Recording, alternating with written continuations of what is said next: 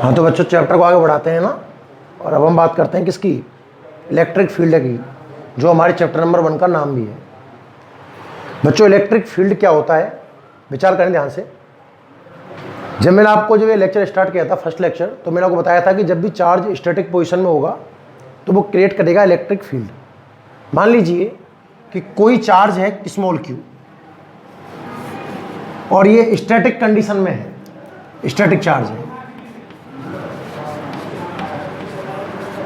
Static charge है, ध्यान रखना। तो अगर कोई चार्ज स्टैटिक कंडीशन में होता है तो वो अपने चारों ओर एक ऐसा स्पेस क्रिएट कर लेगा, ऐसा एरिया बना लेगा जिसमें इसका प्रभाव होगा एक तरीके से। कहने का मतलब अगर मैं चार्ज यहाँ रख दूँ, इसके चारों ओर एक एरिया बन गया, अब इसमें एक टेस्टिंग चार्ज लेके आऊँ, कोई भी टेस्टिंग चार्ज लेके आऊँ, टेस्ट करना है मुझे उसको। तो जब वो चार्ज यहाँ रखा हुआ है, उस पर कोई फोर्स नहीं लग रहा है, लेकिन जैसे ही वो चार्ज टेस्टिंग चार्ज मान लो Q0,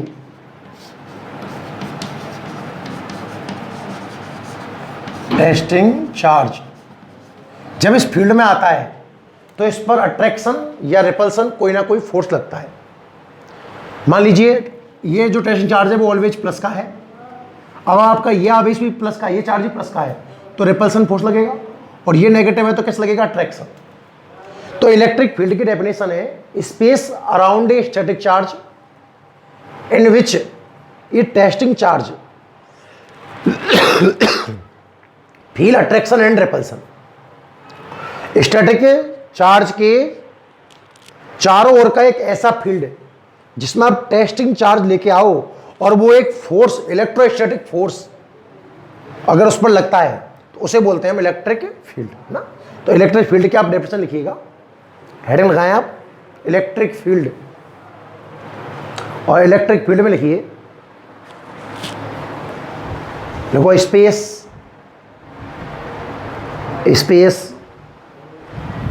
around the static charge, space around the static charge, space around the static charge in which, space around the static charge in which a testing charge, in which a testing charge feel attraction or repulsion, या feel electrostatic force, कुछ भी लिख सकते हो आप। Space around the static charge in which, space around a static charge in which a testing charge feel attraction और repulsion, comma लगाइए, is called electric field, is called electric field. Space around a static charge in which a testing charge feel attraction और repulsion is called electric field. Clear आपकी well definition. Second साफ कर दो इसको, आप वैसे चाहो तो बना लेना अपने हिसाब से जो भी आपको अच्छा लगे। सेकंड जो हेडिंग है वो है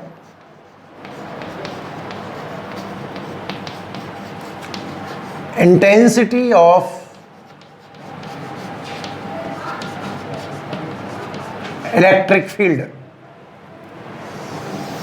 सेकंड जो हेडिंग है लिखिए, हेडिंग लिखिए आप, इंटेंसिटी ऑफ इलेक्ट्रिक फील्ड। सबसे पहला क्वेश्चन ये बनता है कि what is the difference between electric field and intensity of electric field. सुनिए, electric field is a physical quantity, वो बता रहा है कि जब चार्ज स्टैटिक पोजीशन में है तो उसने अपने चारों ओर कुछ बनाया है, उसे नाम दिया इलेक्ट्रिक फील्ड। अब किसी पॉइंट पर उसकी वैल्यू कितनी है, जैसे क्या यहां समझिए आप, ये स्टैटिक चार्ज है, इसने अपने चारों ओर एक इलेक्ट्रिक फील्ड तो बना लिया, ठीक है, पर इस इलेक्ट्रिक फील्ड की वैल्यू भी तो होगी। यहां पॉइंट ए पर वैल्यू कुछ और होगी, बी पर वैल्यू कुछ और होगी, सी पर वैल्यू कुछ और होगी, डी पर वैल्यू कुछ और होगी। तो इस वैल्यू को ही बोलते हैं intensity of electric field. Definition क्या बनती है, इसके लिए आपको एक फॉर्मूला याद करना होगा, E is equal to F upon Q, E is equal to F upon Q. तो जो इंटेंसिटी ऑफ इलेक्ट्रिक फील्ड है वो रेशियो है एफ और क्यू का।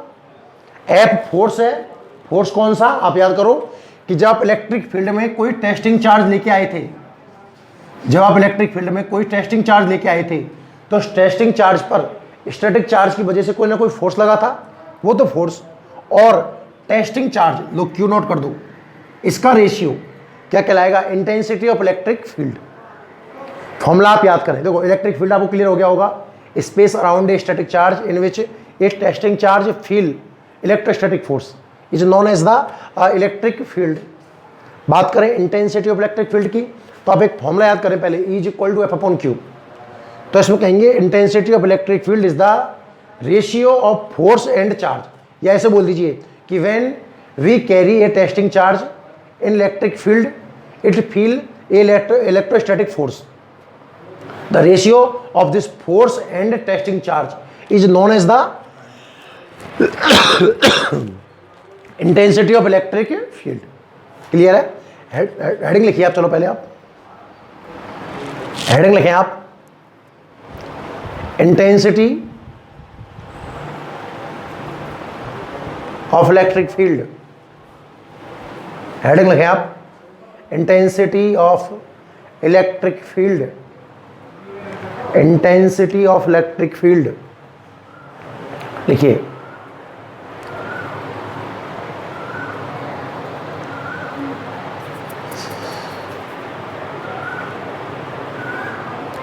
When we carry, डेफिनेशन लिखिए, when we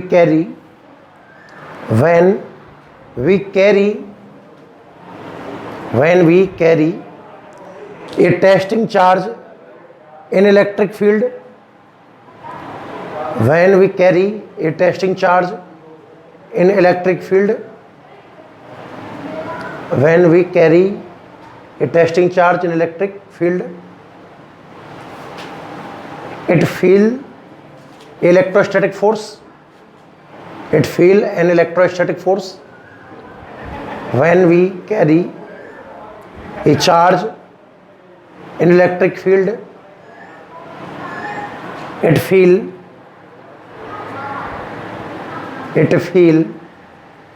an electrostatic force, comma लगाइए, इसमें लिखो the ratio of this force and testing charge, the ratio of this force and testing charge, the ratio of this force and testing charge. When we carry a testing charge in electric field, it feel an electrostatic force. The ratio of this force and testing charge is known as the intensity of electric field. मैं repeat कर रहा हूँ, ध्यान सुने। When we carry a testing charge in electric field, it feel an electrostatic force, comma लगाइए, the ratio of this force and testing charge is known as the intensity of electric field, is known as the intensity of electric field. दोनों heading clear है। पहले हमने definition लिखी electric field की, electric field क्या होता है, और फिर हमने बताया कि इंटेंसिटी ऑफ इलेक्ट्रिक फील्ड क्या होता है। मैं रिपीट करूं दोनों को एक बार। Electric field space around a static charge in which testing charge feel an electrostatic force या अट्रैक्शन और repulsion is known as the electric field. Second हमने हेडिंग लगाई है इंटेंसिटी ऑफ इलेक्ट्रिक फील्ड कि when we carry a testing charge in electric field it feel an electrostatic force, the ratio of this force and testing charge is known as the intensity of electric field. Clear? Next line में ये formula लिखिए, E is equal to F upon Q nought, E is equal to F upon Q nought. ठीक है, चलो बात करें इसकी unit की कि इंटेंसिटी ऑफ इलेक्ट्रिक फील्ड की यूनिट क्या होगी। तो यूनिट देखिए आप, ऊपर फोर्स है, फोर्स की यूनिट क्या होती है? न्यूटन। नीचे चार्ज है, चार्ज की यूनिट क्या होती है? कूलाम। तो एक यूनिट तो इसकी हो गई Newton upon coulomb, Newton upon coulomb. दूसरी यूनिट वो होती है वोल्ट अपॉन मीटर। इसको अपन आगे समझेंगे चैप्टर नंबर 3 में कि ये कहाँ से आई, ठीक है ना। तो इसकी यूनिट लिख दीजिए न्यूटन अपॉन कूलाम और volt upon metre. Clear. Next,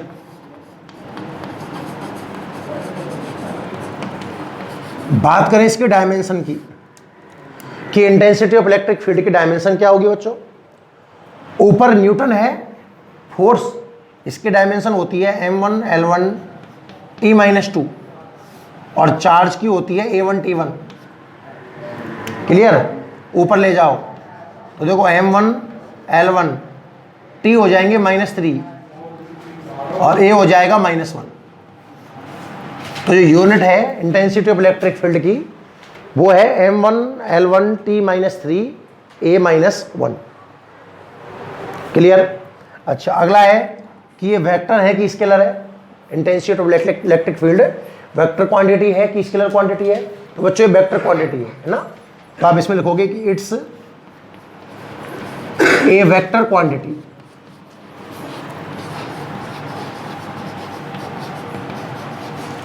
it's a vector quantity. अब अगर ये वेक्टर क्वांटिटी है तो इसकी डायरेक्शन भी होगी। तो याद रखना इलेक्ट्रिक फील्ड की जो डायरेक्शन है, अगर मैं इसका वेक्टर रूप में फॉर्मूला लिखूं तो ये आएगा F vector upon Q not. तो जो इंटेंसिटी ऑफ इलेक्ट्रिक फील्ड की डायरेक्शन है वो होगी इन डायरेक्शन ऑफ फोर्स, है ना। तो it's a vector quantity, its direction in direction of force, direction of force. यहां तक कहानी समझ में आई सबको? क्लियर है? नोट करो जल्दी, चलो। इंटेंसिटी ऑफ इलेक्ट्रिक फील्ड पढ़ने के लिए आपको एक फॉर्मूला याद रखना होगा, उससे समझ में आएगा आपको। E is equal to F upon Q, E is equal to F upon Q, the ratio of force and charge.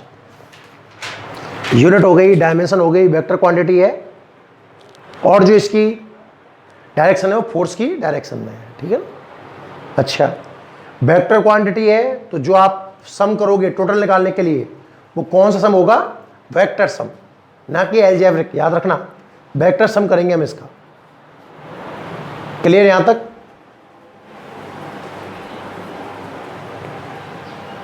Next है, मैनेज कर रहा हूं, आया आप स्क्रीन पॉज करके इसको लिख लेना।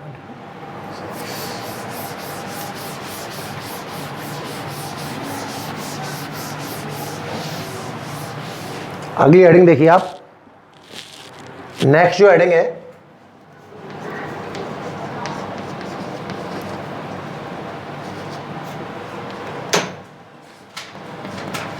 Intensity of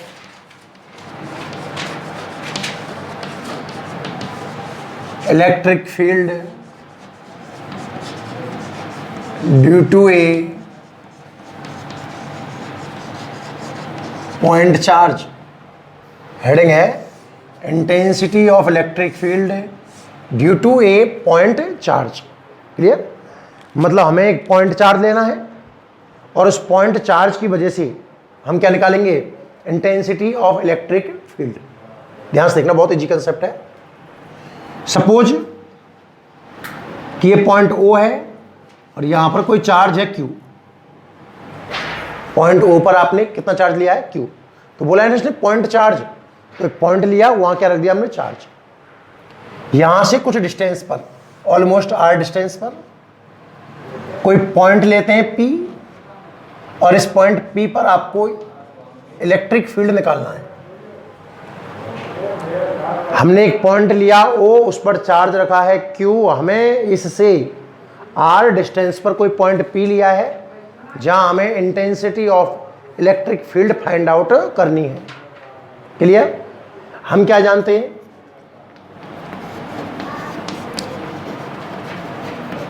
we know that E is equal to F upon Q nought. Equation number 1। Q nought मतलब आप इनफाइनाइट से कोई टेस्टिंग चार्ज लेके आओगे ना, यहाँ पर तो E इज इक्वल टू है F upon Q not and from Coulomb's law, ये एक चार्ज Q है, यहां टेस्टिंग चार्ज Q नॉट है। अगर मैं कूलम्ब्स लॉ की बात करूं तो इनके बीच में जो फोर्स आएगा वो आएगा K Q nought upon R square, equation number second. तो इक्वेशन नंबर सेकंड से put value of F in equation first from equation second. पहली सेकंड इक्वेशन से एफ की वैल्यू एक में जमाइए आप, तो E इज इक्वल टू आएगा K Q nought upon R square divided by Q not ने क्यू नॉट कैंसिल आउट कर दिया, तो जो E निकल के आया वो कितना आएगा K Q upon R square. तो ये फॉर्मूला आपको याद होना चाहिए कि अगर हमारे पास पॉइंट चार्ज, तो इसकी वजह से जो इलेक्ट्रिक फील्ड क्रिएट होगा वो कितना आएगा K Q upon R square, K Q upon R square. Clear? Note करो, इसमें कुछ बातें पढ़ेंगे आगे अपन। पहले हेडिंग लिखें आप, intensity of electric field due to a point charge, intensity of electric field due to a point charge.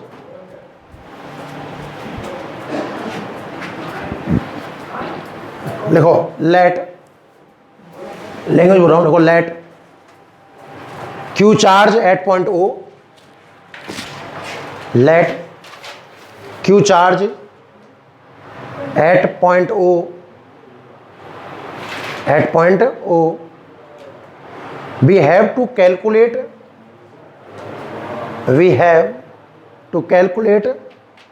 intensity of electric field at point P। Diagram आपको दिख रहा होगा, ऊपर चार्ज Q है and we have to calculate intensity of electric field at point P, at point P। Clear है? Diagram बनाइए और नीचे लिखो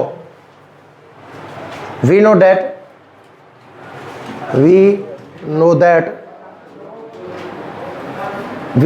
दैट इक्वेशन नंबर 1 लिख दीजिए। आपने डेफिनेशन पढ़ी है ना इंटेंसिटी ऑफ इलेक्ट्रिक फील्ड की, वहां से आया E is equal to F upon Q. We know that E is equal to F upon Q nought, equation number 1। We know that E is equal to F upon Q nought, equation number 1। And नीचे लिखे, नीचे and from Coulomb's law, equation number second लिख दीजिए। Coulomb's law equation number second लिख दीजिए, F is equal to K Q not by R square. फिर नीचे लिखें put value of x in equation 1 from equation 2, put value of F in equation 1 from equation 2। Equation number 2 से F की value 1 में put कर दीजिए, तो E is equal to आएगा K Q not by R square by Q not ने Q not cancel कर दिया, लास्ट फॉर्म लिखिए E is equal to K Q upon R square. E is equal to K Q upon R square. Intensity of electric field due to a point charge कितना आया, K Q upon R square. Clear है? अब इसमें कुछ छोटी मोटी बातें समझते हैं जो आगे इस चैप्टर में हमारे काम आएंगे, ध्यान से देखना। होगा क्या, नोट लगाएं और ध्यान से देखें। ये पॉइंट है, यहां क्यू चार्ज है, ठीक है। अब आपको इसकी वजह से यहां आर दूरी पर इस पॉइंट पी पर आपको फील्ड निकालना है। इस पॉइंट को चलो ए नाम दे दूं कि ए पॉइंट पर क्यू चार्ज है और हमें आर डिस्टेंस पर एक पॉइंट पी है जहां इंटेंसिटी ऑफ इलेक्ट्रिक फील्ड चाहिए। तो जो पी पर डायरेक्शन होगी वो किधर होगी, पहले तो डायरेक्शन देखूंगा मैं देखना चाहता हूं कि पी पर इस चार्ज की वजह से, अब ये चार्ज पॉजिटिव है तो देखो सीधा सा आप याद कर लो, पॉजिटिव होगा तो आपको रिपल्स करना है, धक्का देना है। तो ये पॉजिटिव चार्ज है ना, तो इस जगह पर इलेक्ट्रिक फील्ड की डायरेक्शन ध्यान रखना इधर होगी, ये मतलब ए के कारण फील्ड और होता है वैल्यू कितनी आएगी के क्यू अपॉन आर स्क्वायर, अभी जो पहले थोड़ी देर पहले आई थी। और अगर दूसरी कंडीशन सेम ले रहा हूं मैं, ये माइनस क्यू होता तो बताइए इंटेंसिटी ऑफ इलेक्ट्रिक फील्ड किधर होती? ये नेगेटिव है ना, तो अट्रैक्ट करेगा। अब आप सीधे याद कर लो, फोर्स की डायरेक्शन में है भाई, टेस्टिंग चार्ज ऑलवेज पॉजिटिव है, तो ये पॉजिटिव है और टेस्टिंग चार्ज पॉजिटिव है, तो भैया उस पर रिपल्सन तो होगा। और मैंने कहा था कि direction of electric field in direction of force, जिधर फोर्स है उधर इलेक्ट्रिक फील्ड की डायरेक्शन है। नेगेटिव होगा तो टेस्टिंग चार्ज को खींचेगा अपनी ओर, ये डायरेक्शन हो जाएगी अभी ये की।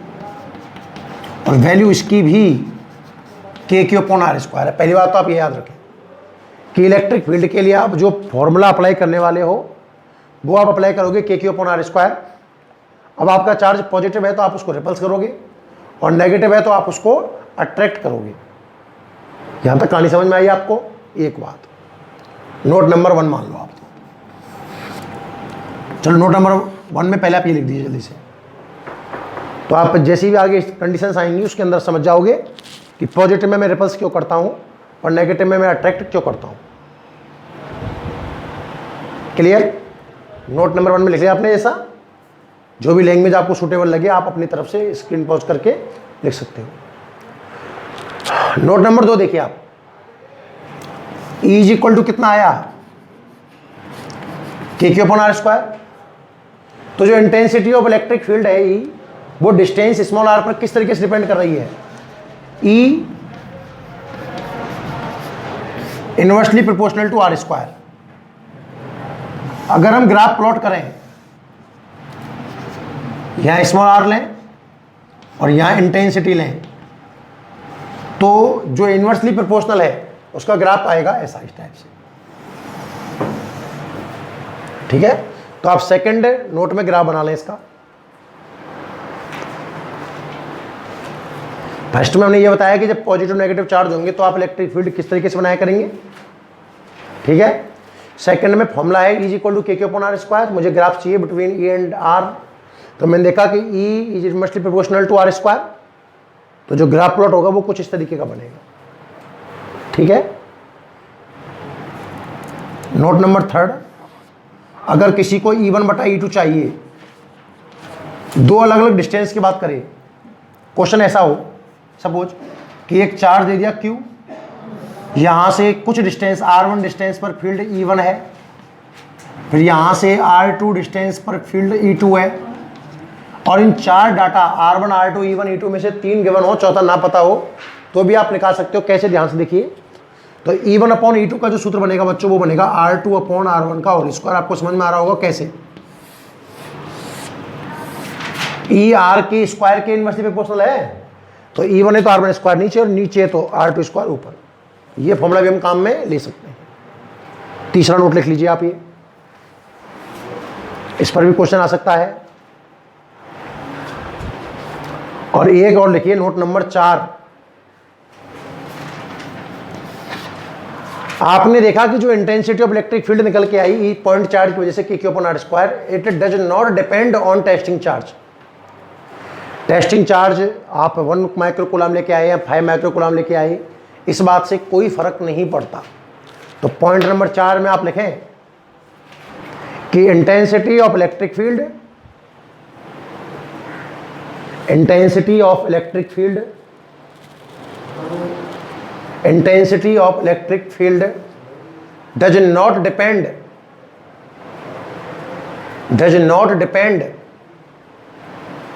of testing charge. Intensity of electric field does not depend on testing charge. Clear? बाकी आप स्क्रीन पॉज करके लिख लीजिएगा। कोई हेडिंग ना समझ में आए तो ये वापस से रिप्ले कर लेना इसको। नेक्स्ट देखिए,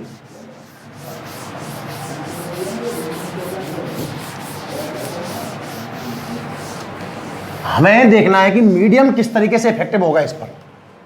देखें ध्यान से कैसे।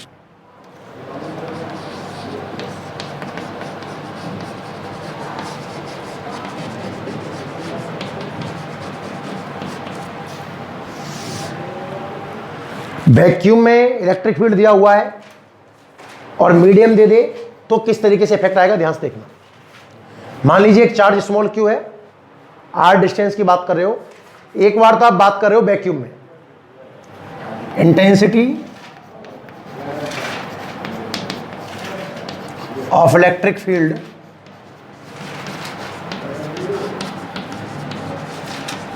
इन वैक्यूम, इसका सिंबल आप ई मान लीजिए, चलो ई, तो ये होगा बच्चों के क्यू अपॉन आर स्क्वायर। के को मैं चाहूं तो 1/4 पाई एप्सिलॉन नॉट लिख सकता हूं।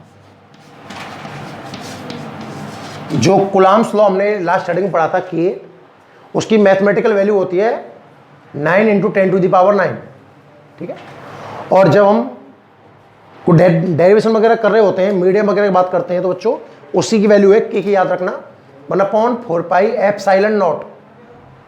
किसकी बात हुई है, वैक्यूम की। अब मैं intensity of electric field in medium, medium की बात करें EM, तो ये निकल के आएगा 1/4 पाई एप्सिलॉन। देखो जब वैक्यूम की बात कर रहे हैं हम, वैक्यूम की, तो ये एप्सिलॉन नॉट आया, और जब हम मीडियम की बात करेंगे तो ये जीरो हटकर सिर्फ क्या रह जाएगा, epsilon Q upon R square. और एक फॉर्मूला इसमें आगे बनेगा, एप्सिलॉन को आप रिप्लेस कर सकते हो किससे, epsilon not into epsilon R से। साइड लिख दो भले मैं चाहूं तो, ये रिलेशन है epsilon equal to epsilon not into epsilon R. Epsilon nought vacuum के लिए है, एप्सिलॉन मीडियम के लिए है, और एप्सिलॉन आर मीडियम की वैल्यू होगी कि कितनी वैल्यू को आपने मीडियम जमाया है। तो दोबारा समझते हैं, हमने बात की इंटेंसिटी ऑफ इलेक्ट्रिक फील्ड की वैक्यूम में, तो वो आया K Q upon R square. मैंने के को जमाया 1/4 pi epsilon not Q upon R square. फिर मैं बात कर रहा हूँ intensity of electric field in medium, तो बच्चों वो नॉट हट जाएगा, सिर्फ एप्सिलॉन रह जाएगा, और एप्सिलॉन को रिप्लेस करेंगे हम epsilon not into epsilon R से। Equation number second divided by equation number first, second को फर्स्ट से डिवाइड करना कितना आता है, EM upon E is equal to, बताओ कितना आएगा, 1/4 pi epsilon naught epsilon R Q upon R square, और 1/4 pi epsilon not Q upon R square. ये सब कैंसिल आउट हो जाएंगे, क्या बचेगा, EM is equal to E 1/4 epsilon R. तो यहाँ से जो फॉर्मूला निकल के आएगा, EM is equal to E upon epsilon R, याद रखना। एक तो आपको ये फॉर्मूला याद रख लेना है। अब चूंकि जो एप्सिलॉन आर है इज ऑलवेज ग्रेटर देन 1, हमेशा एक से बड़ा होता है, तो जो EM है वो हमेशा कम होगा E से। याद रखना कि मीडियम में जो इंटेंसिटी आती है वो वैक्यूम की इंटेंसिटी से ऑलवेज कम होती है। तो intensity of medium is always less than intensity of vacuum. Clear है? तो यहां तक आप लिखिए इसको। आज का लेक्चर इतना ही है। इसमें हमने इलेक्ट्रिक फील्ड पढ़ा, इंटेंसिटी ऑफ इलेक्ट्रिक फील्ड पढ़ी, उसके कुछ यूनिट्स डायमेंशंस वगैरह की बात की हमने। फिर हमने पॉइंट चार्ज की वजह से इंटेंसिटी ऑफ इलेक्ट्रिक फील्ड निकालना सीखा, और फिर मैंने इफेक्ट ऑफ मीडियम का उसके ऊपर प्रभाव देखा कि मीडियम रखने से इंटेंसिटी पर क्या परिवर्तन आएगा। क्लियर? आज के लिए इतना ही, बाकी अपन नेक्स्ट वीडियो में देखेंगे। ठीक।